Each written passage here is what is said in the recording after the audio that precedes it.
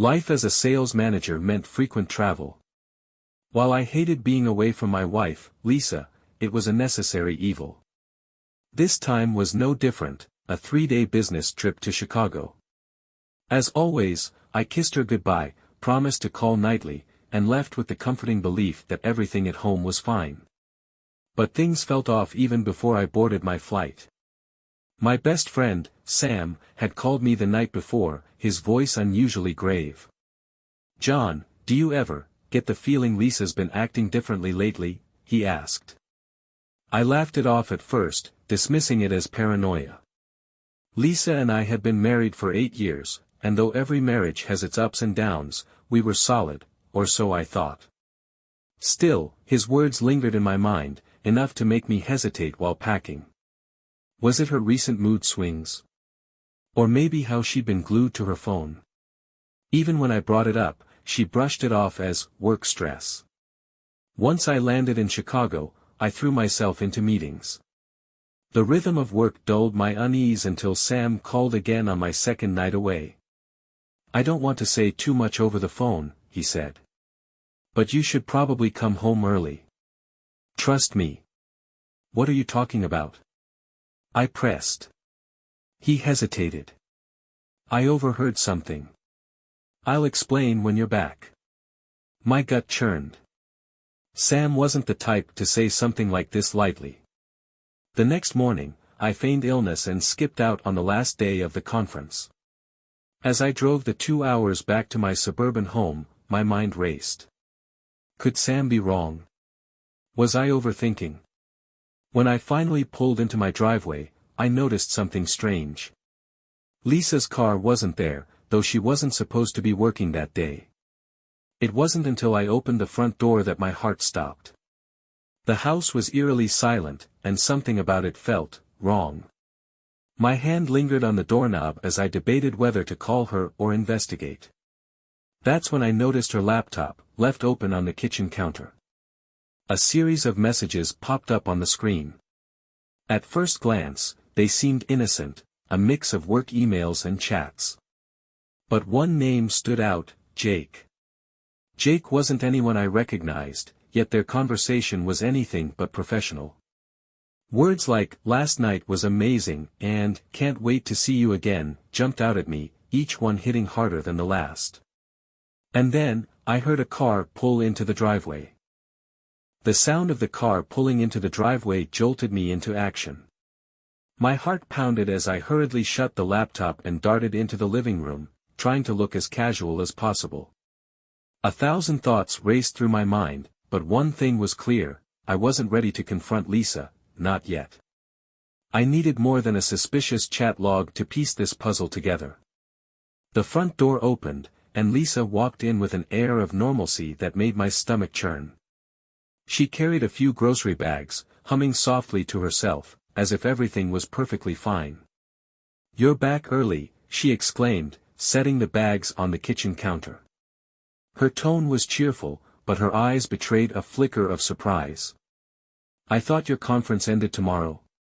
"It did," I lied, forcing a smile. "Got through everything faster than expected. Figured I'd surprise you." She hesitated for a split second, then leaned in to kiss my cheek. The faint scent of perfume, a scent I didn't recognize, lingered in the air. My stomach tightened, but I kept my expression neutral. "That's a nice surprise," she said, flashing a smile. "I was just running errands. Didn't expect to see you until tomorrow." I nodded, my mind scrambling for something to say. The truth? A confrontation? No, not yet. Instead, I played the unsuspecting husband. "What's for dinner?" I asked, leaning against the counter as she started unpacking the groceries. Lisa seemed to relax, her shoulders loosening as she listed off a simple pasta recipe. We fell into an easy rhythm, cooking together as we always had. Yet, beneath the surface, my every move was calculated. I needed to keep things normal until I could dig deeper.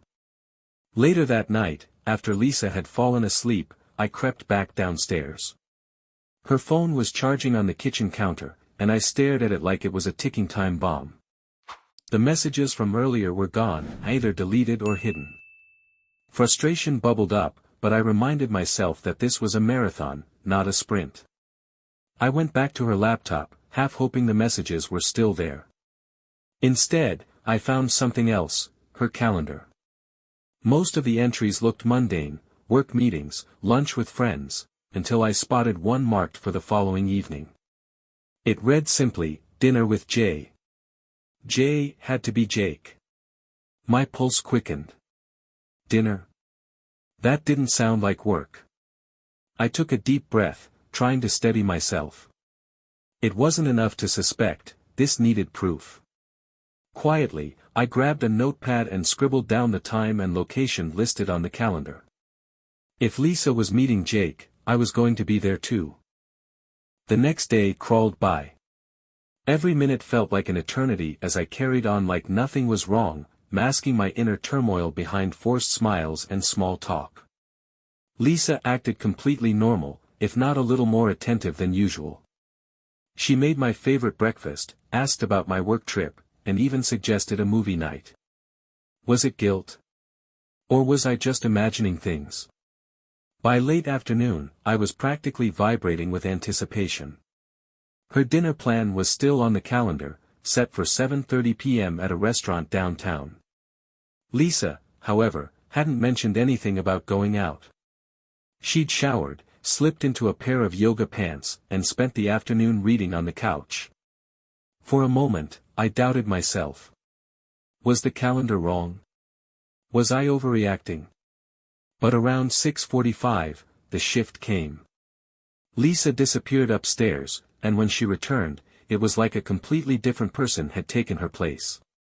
She wore a sleek black dress I'd never seen before, paired with heels that rarely left the back of her closet.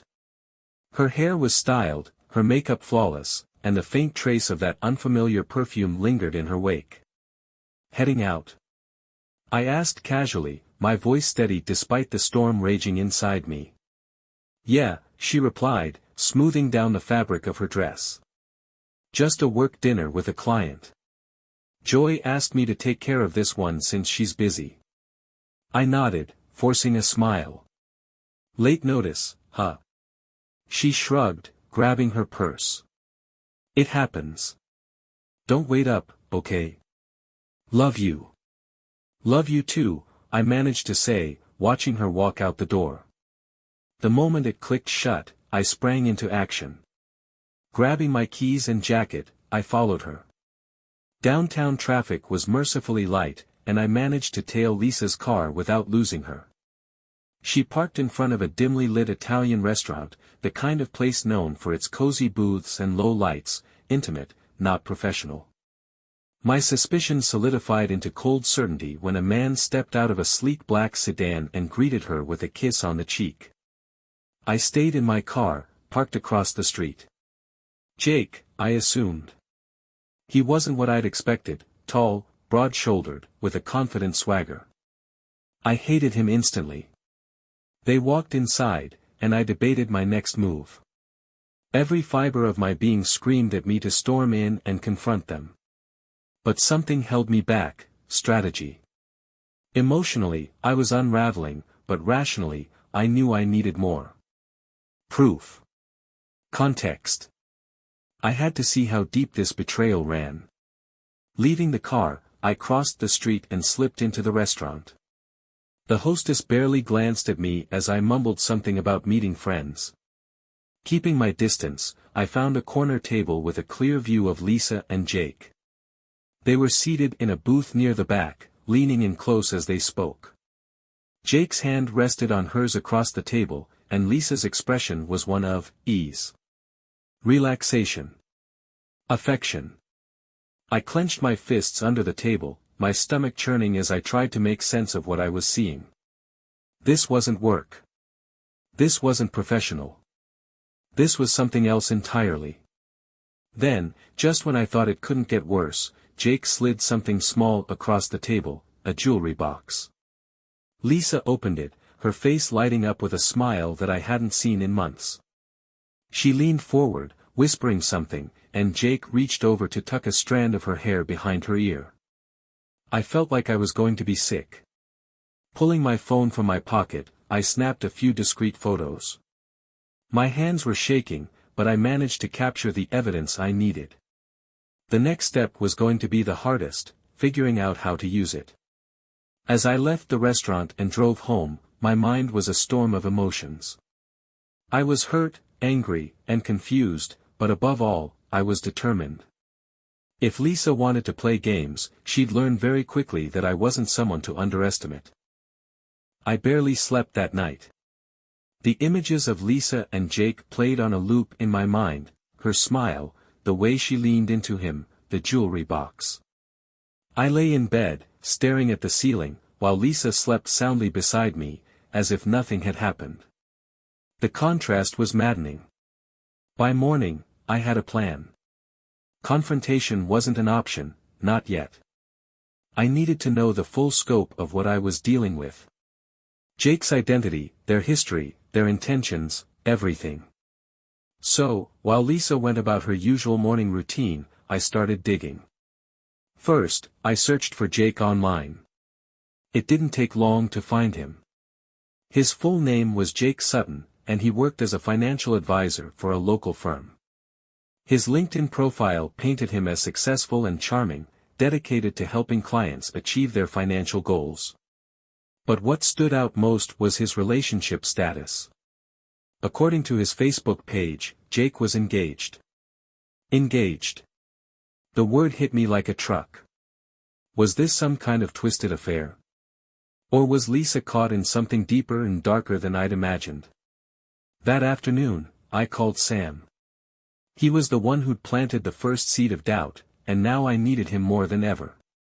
I followed her last night, I confessed, the words tumbling out in a rush. She was with someone, a guy named Jake Sutton.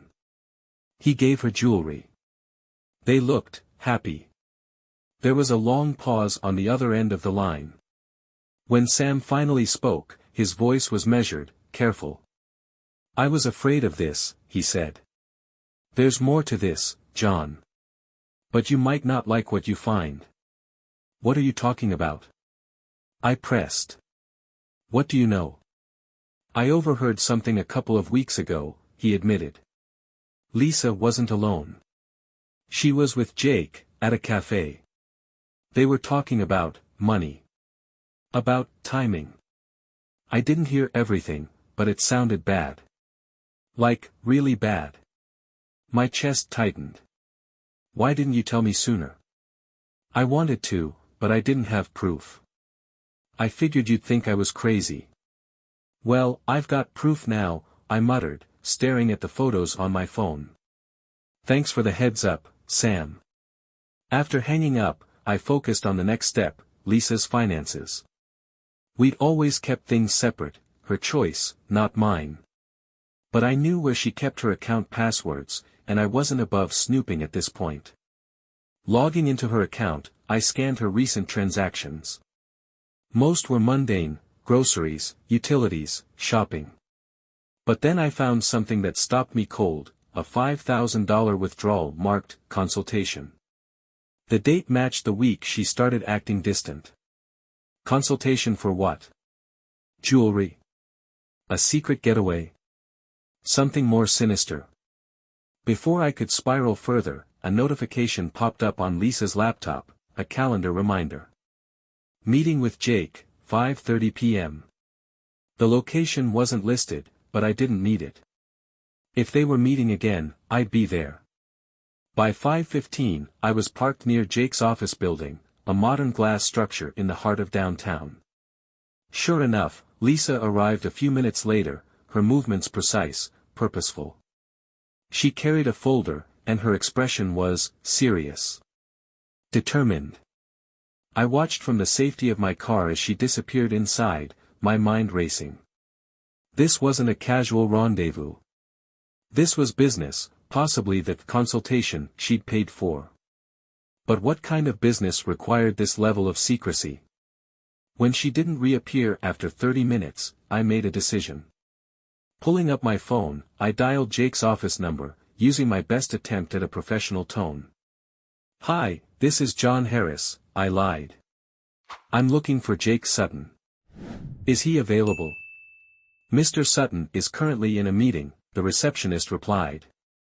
"Can I take a message?" "No, that's all right. I'll call back later," I said, hanging up before she could ask questions. They were together. The pieces were coming together, but the picture was still incomplete. Whatever was happening, it wasn't just an affair. There was something bigger at play, something I was determined to uncover. As the days passed, the weight of Lisa's betrayal pressed heavier on me. It wasn't just the affair, or whatever this was, it was the lies. The woman I'd trusted with my life was a stranger, and her actions hinted at a web of deceit more tangled than I'd initially thought. The break came 2 days after I'd seen Lisa enter Jake's office. I was combing through her laptop again when I found a hidden folder in her cloud storage. The name, innocuous at first glance, was Invoices_2024. But when I opened it, the documents inside weren't invoices, they were contracts. And Jake's name was on every single one. I skimmed through the files, my hands trembling. They outlined financial transfers, asset movements, and a series of transactions involving offshore accounts. My stomach sank as I pieced it together. This wasn't just an affair, it was a scheme. But why? And what was Lisa's role? That evening, Lisa came home later than usual, a faint smile playing on her lips. She looked relaxed, even happy, and I fought the urge to confront her then and there. Instead, I kept my tone light. "Tough day?" I asked as she kicked off her heels. "Exhausting," she replied, dropping onto the couch. I could really use a vacation. She was testing me, I realized. Testing if I'd noticed her increasingly erratic schedule, her secretive behavior. But I played dumb, masking my simmering anger with a casual shrug. "Maybe we should plan something," I suggested, feigning ignorance. "It's been a while since we got away." Her smile faltered for a split second, but she recovered quickly.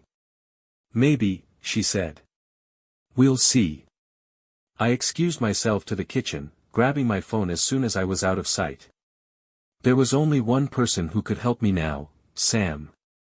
If Lisa was entangled in something bigger than infidelity, I needed backup. Sam agreed to meet me the next morning at a diner on the edge of town. As I laid out everything I'd discovered, the hidden folder, the contracts, the offshore accounts, his expression grew darker with every word. "John, this is serious," he said, leaning forward. "You're not just dealing with an affair. This looks like money laundering or embezzlement. Maybe both." I nodded, my hands gripping my coffee cup so tightly I thought it might crack. "I need to know how deep this goes. Can you help me?" Sam hesitated, then nodded. "I know a guy. A private investigator. He's discreet and thorough. If there's more to uncover, he'll find it." "Do it," I said without hesitation. "I need answers." The next few days were a blur of tension and waiting. Lisa continued her routine, oblivious to the storm brewing behind her back. I kept my distance, pretending everything was fine while Sam's investigator, a man named Mark, dug into Lisa and Jake's connection. When Mark finally called, his findings turned my world upside down. "John, you're not going to like this," he said, his voice grim. "Lisa and Jake have been funneling money out of your joint accounts for months. But it's not just about the money. Jake's firm is under investigation for fraud, and Lisa's name is all over their internal emails." I felt like the ground had been ripped out from under me. Fraud. My wife was involved in fraud. "There's more," Mark continued. "I followed her yesterday. She met with someone, another man. Not Jake." I couldn't get close enough to hear their conversation, but it looked intense. "Whatever's going on, it's bigger than just her and Jake." "Who was the guy?" I asked, my voice barely above a whisper. "Someone from Jake's firm," Mark replied. I'm working on identifying him, but I've got a lead. I hung up the phone, my mind racing. Lisa wasn't just betraying me, she was playing a dangerous game, and I had no idea where it would lead. But one thing was clear, I couldn't wait much longer to confront her. The stakes were too high, and the longer I waited, the more I risked losing everything. By now, my life had become a balancing act between feigning normalcy and unraveling the threads of Lisa's secret life. Every interaction with her felt like a test, every conversation laced with subtext. Yet, I couldn't afford to slip up, not until I had all the pieces. Mark, the private investigator, called again 2 days later. His voice was tense, hurried. I identified the guy Lisa met with, he said. His name's Eric Hartman. He's not just some random coworker, he's Jake's business partner. And it gets worse. Worse how? I asked, gripping the phone tightly. Eric's under federal investigation. Wire fraud, tax evasion, you name it. Jake's company is a front for moving dirty money, and Lisa's smack in the middle of it. My breath caught. How involved is she? Hard to say, Mark admitted. But there's evidence she's been helping them transfer funds through her accounts, likely unknowingly at first. But recently? She's been too deliberate to be innocent. A cold rage simmered inside me. This wasn't just betrayal. Lisa had entangled herself, and by extension, me, in a criminal operation. What do I do? I asked. Mark hesitated. You've got 2 options. Confront her now and risk tipping her off, or let me dig deeper. If the feds are already watching Jake and Eric, there's a good chance Lisa's on their radar too. I chose the second option. As much as I wanted to storm home and demand answers, I needed a clear strategy. And if the authorities were closing in, the fallout could be catastrophic. That evening, Lisa was unusually affectionate. She cooked dinner, joked about our next big adventure, and even suggested we take a weekend trip to the mountains. It was like she sensed my distance and was trying to pull me back in. But her warmth only fueled my suspicion. Every smile felt calculated, every touch a distraction. As we sat on the couch, watching a movie I could barely follow, her phone buzzed on the coffee table. She glanced at the screen, and for a split second, her expression changed, something between panic and determination. Work stuff, she said casually, standing to leave the room. I'll be right back. I waited until I heard the click of the bedroom door before reaching for her laptop. My hands moved quickly, navigating to her email. The password was the same as before, predictable, just like Lisa had always been. But what I found was anything but. Her inbox was full of messages between her, Jake, and Eric, discussing asset redistribution and finalizing the exit strategy. One email, sent just hours earlier, made my blood run cold. Subject, last transfer. From Eric Hartman. To Lisa Thompson. Lisa, the funds are ready for the final transfer. Jake and I will handle the offshore accounts. Your role ends tomorrow, burn everything. Delete emails, clear the cloud, and prep for the next step. Meeting at the warehouse, 10 p.m. Don't be late. They were wrapping things up. And Lisa was preparing to erase every trace of her involvement. By the time Lisa returned, I was back on the couch, pretending to scroll through my phone. She smiled, oblivious to the storm brewing inside me. Everything okay? She asked, settling next to me. Yeah, I lied. Just tired. Inside, my thoughts raced. A warehouse meeting at 10 p.m. This was my chance. If I could catch her in the act, I'd have everything I needed, proof of her involvement, evidence to protect myself, and answers to the questions that had been haunting me. But deep down, I knew this wouldn't end cleanly. Whatever I found tonight would change everything, forever. At 9:30 p.m., I followed Lisa as she left the house, her movements deliberate and precise. She didn't take her usual car, instead, she climbed into a dark sedan parked a block away. Clearly, she was being careful. I tailed her at a safe distance, my palms slick with sweat. She drove across town, weaving through industrial streets until she reached a rundown warehouse on the edge of the city. A single dim light flickered above the entrance. I parked a few blocks away and crept closer on foot, my heart pounding in my chest. Through a cracked window, I spotted her with Jake and Eric, their voices muffled but animated. Papers and duffel bags littered a table between them. And then I saw it, a stack of cash, more money than I'd ever seen in one place. Suddenly, Lisa's phone buzzed, and she glanced at the screen. Her expression darkened as she whispered something to Jake. He nodded, pulling out a gun and tucking it into his waistband. My blood turned to ice. The gun. The sight of it on Jake's waistband made my stomach drop. This wasn't just fraud or embezzlement anymore, this was dangerous.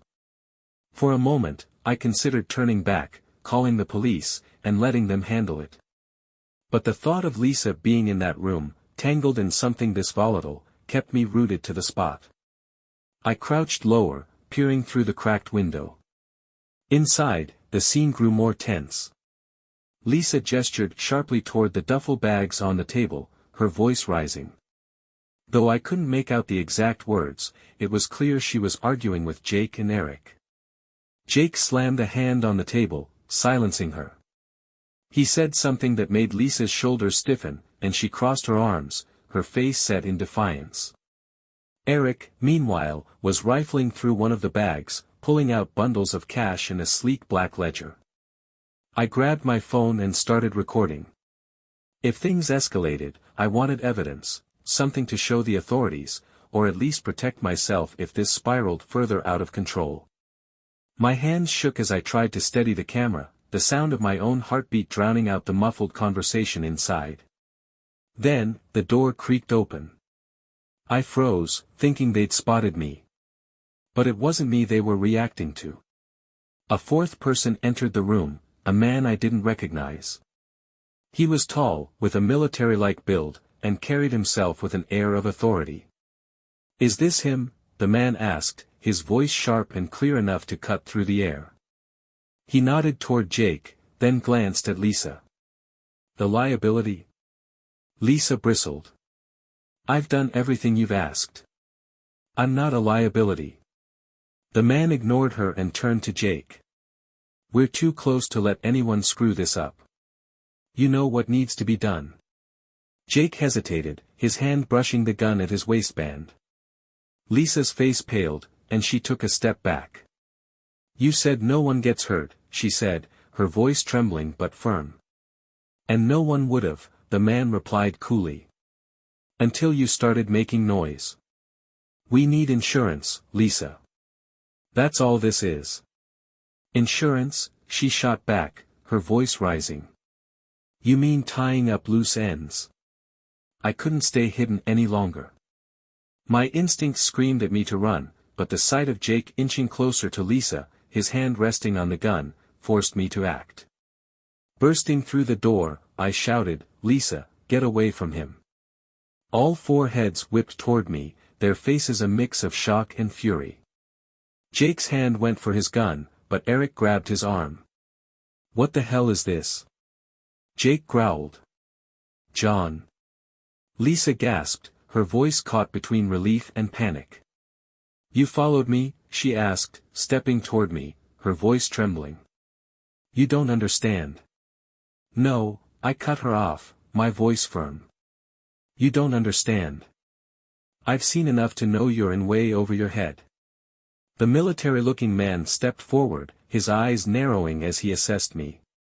"Who's this?" "Your husband." "Great, now we've got two liabilities." Jake finally wrenched free from Eric's grip, raising the gun. "We should have handled this from the start," he snapped. "Put the gun down," I said, my voice steadier than I felt. My phone was still in my hand, the recording light blinking. I tilted it just enough for them to see. This entire conversation. Caught on video. If anything happens to me, or Lisa, it's going straight to the cops."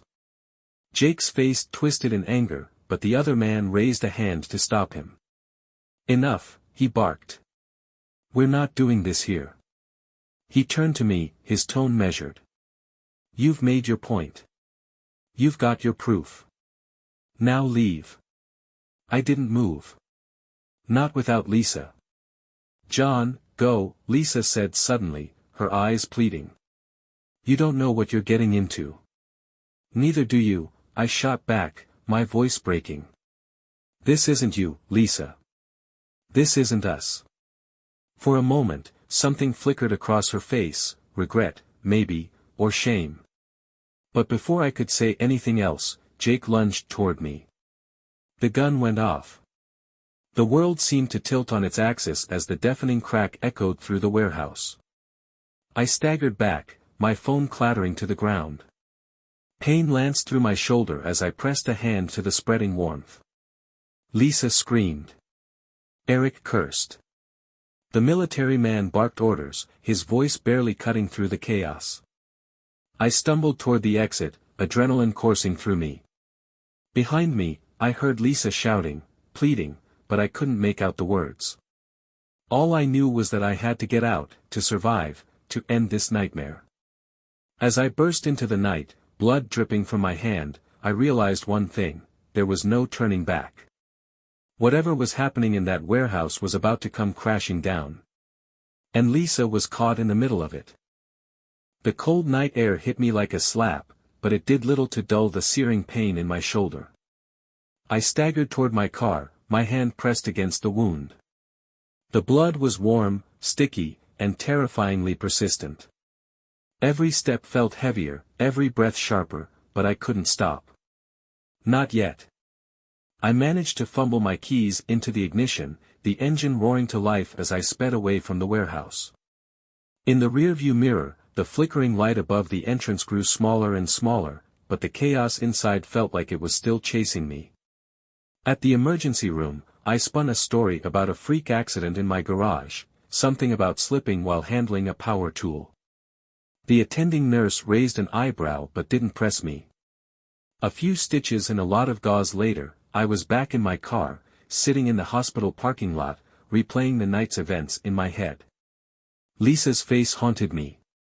The fear, the regret, the defiance, I couldn't make sense of it. How had the woman I loved gotten so entangled in something so dangerous? And more importantly, why? My phone buzzed, jolting me from my thoughts. It was Sam. "John, I just got word from Mark," he said, his voice sharp. The warehouse was raided. The feds were already onto Jake and Eric. They're rounding up everyone involved. My heart dropped. "Everyone?" I asked, my voice barely above a whisper. "Yeah," Sam replied. "Lisa included." The words hit me like another bullet. "No," I said, shaking my head. "She's not, she didn't." "John," Sam interrupted. "The evidence Mark gathered ties her directly to the scheme. The transfers, the meetings, the paper trail, it's all there." I hung up before he could say more. The world around me blurred as I stared at the glowing screen of my phone. My chest tightened, the ache in my shoulder a dull echo of the pain inside. Lisa was in custody. The next morning, I sat in my living room, nursing a cup of coffee I didn't drink. My phone buzzed with notifications, news alerts about the raid, messages from concerned friends, and a dozen missed calls from numbers I didn't recognize. I ignored them all. Instead, I opened my laptop and started combing through the files I'd taken from Lisa's cloud storage. I had to understand. There had to be something, anything, that explained why she'd gotten involved in this mess. And then I found it. Buried in a folder labeled Household Documents was an email thread between Lisa and Jake, dating back nearly a year. At first, it seemed innocuous, discussions about finances, investments, and career advice. But as I read further, a pattern emerged. Jake had targeted her. He'd exploited her trust, her insecurities about our financial situation, and her desire to contribute more to our household. What started as a seemingly harmless side project, helping Jake organize accounts, had spiraled into something far darker.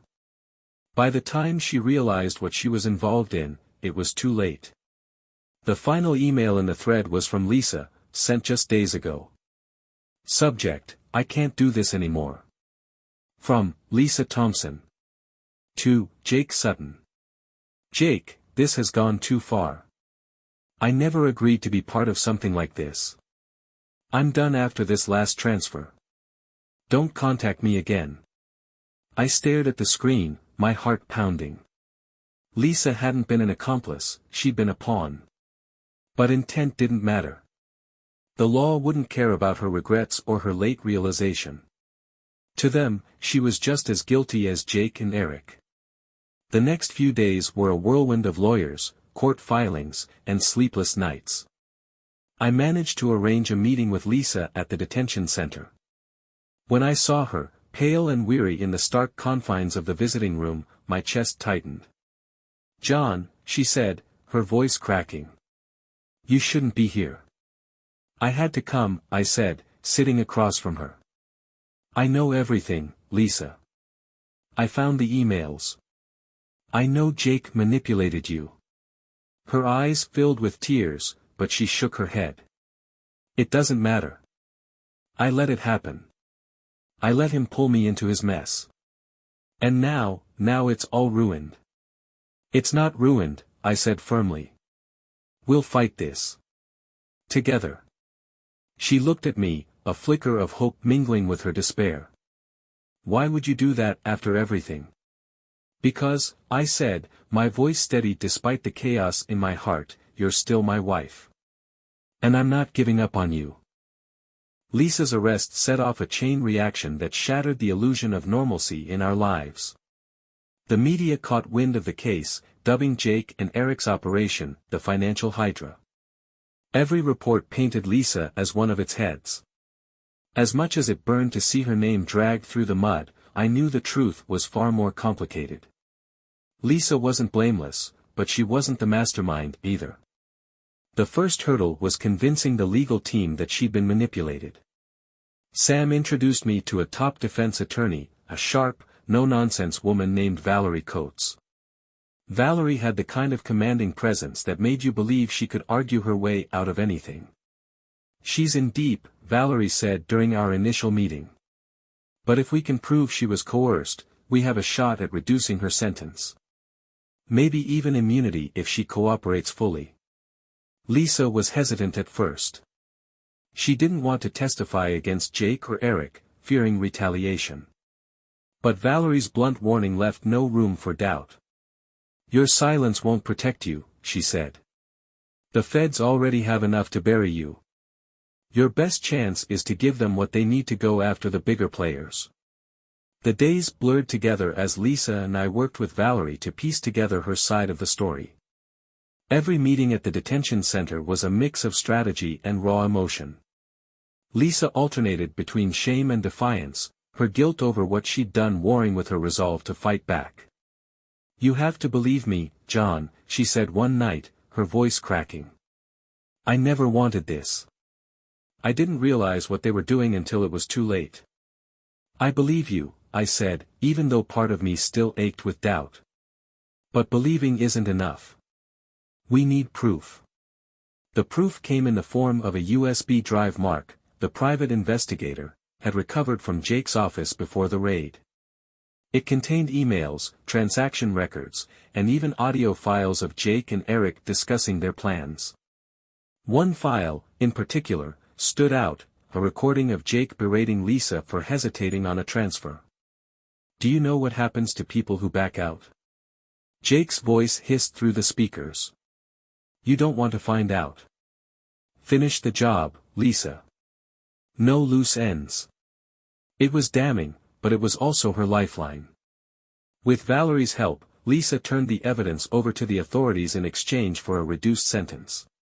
She agreed to testify against Jake and Eric, sealing her fate as a key witness in the trial. For a moment, it seemed like we were finally making progress. But then, the unexpected happened. One evening, Valerie called me, her tone unusually urgent. "John, we need to talk. Privately." We met at her office, where she handed me a file. "I had my team dig deeper into Jake and Eric's operation," she said. "And we found something troubling." I opened the file, my stomach sinking as I read the first page. It wasn't just about the financial crimes anymore. There were connections to offshore shell companies tied to organized crime, a network that stretched far beyond what we'd initially imagined. "Lisa's testimony will put a target on her back," Valerie said grimly. "And on yours. What do we do?" I asked, my voice barely above a whisper. "We'll push for witness protection," she said. "But it's not guaranteed. You need to prepare for the possibility that this could get dangerous."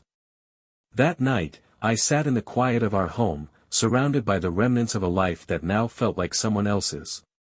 Lisa's favorite blanket draped over the couch. The coffee mug she used every morning still on the counter. Everything was the same, yet nothing felt right. When Sam called, I told him everything. He listened quietly, then said, "You're doing the right thing, John. But you need to be ready. People like Jake and Eric don't go down without a fight." The next day, I visited Lisa. I didn't tell her about the organized crime connections or the danger we might face. She had enough to worry about. But as I looked into her tired, tear-filled eyes, I made a silent promise. No matter how dark this got, I wouldn't let her face it alone. The trial of Jake Sutton and Eric Hartman became the talk of the city. Cameras lined the courthouse steps, reporters clamoring for updates. For weeks, Lisa's testimony was the centerpiece of the prosecution's case. Her words, combined with the damning evidence she provided, painted a vivid picture of manipulation, coercion, and greed. She held herself together on the stand, recounting everything, the promises Jake made, the threats when she hesitated, and the moment she realized she was in over her head. Watching her from the gallery, I felt a complicated mix of pride and heartbreak. She was brave, but I knew the weight of her guilt would never fully lift. The trial was nearing its conclusion when the unthinkable happened. One morning, I woke to find a manila envelope on my doorstep. No return address. Inside was a single photo, me, sitting in the courtroom gallery. A red X was slashed across my face, and scrawled beneath it were the words, "Stay out of it." My chest tightened. They knew where I lived. They knew who I was. I rushed to Valerie, showing her the photo. She paled as she examined it. "This isn't a bluff, John," she said. "You need to take this seriously." The U.S. Marshals overseeing the case agreed. Lisa was immediately moved to a secure location, but when they offered me protection as well, I hesitated. "What about the trial?" I asked. "I need to be there." "You can't help her if you're dead," one of the marshals replied bluntly. Despite their warnings, I couldn't stay away. Lisa needed to know I was still with her, no matter how dangerous it became. Against their advice, I returned to the courthouse the next day. The verdict came swiftly. Jake Sutton and Eric Hartman were found guilty on all counts: fraud, money laundering, conspiracy. As the judge read the decision, the weight in the room was palpable. Justice had been served, but it came at a cost. Lisa, now a convicted conspirator, had received a reduced sentence in exchange for her cooperation. She would serve 2 years, followed by probation. It was a harsh reality, but one that we both knew she deserved. But the trial's end didn't bring peace. The threats hadn't stopped. If anything, they'd escalated. The final confrontation came 2 weeks later. It was late at night when I heard the noise, a subtle scrape outside the window. My blood ran cold. Grabbing the bat I kept by the bed, I crept downstairs. The house was silent, but my instinct screamed that I wasn't alone. In the living room, I found him. A shadowy figure rifling through a stack of papers on the desk. "Who are you?" I demanded, my voice shaking but firm. The man turned, his face obscured by a hood. "Just here for a little cleanup," he said with a smirk, his hand reaching for something in his pocket. A gun. Without thinking, I swung the bat as hard as I could. It connected with a sickening thud, and the man crumpled to the ground. My hands trembled as I kicked the weapon away and called the police. The intruder survived, but his arrest revealed the depth of the danger we'd been in. He was connected to the same criminal network Jake and Eric had been laundering money for, a final loose end trying to tie itself up. Lisa called me from the detention center the next morning. I told her everything, my voice breaking as I recounted the events of the night. She was silent for a long time before she spoke. "I'm so sorry, John," she whispered. "For all of it." "We'll get through this," I said, though the words felt hollow. "One day at a time." Months passed, and the dust began to settle. Lisa started her sentence, and I threw myself into rebuilding the life that had been shattered. It wasn't easy. The scars, both physical and emotional, would linger for a long time. But there was hope. The day Lisa walked out of prison, she was a different woman, humbled, remorseful, and determined to make amends. We moved to a new town, far from the ghosts of our past, and started fresh. It wasn't a perfect ending. Trust takes time to rebuild, and some wounds never fully heal. But for the first time in a long time, we had a chance. And sometimes, a chance is all you need.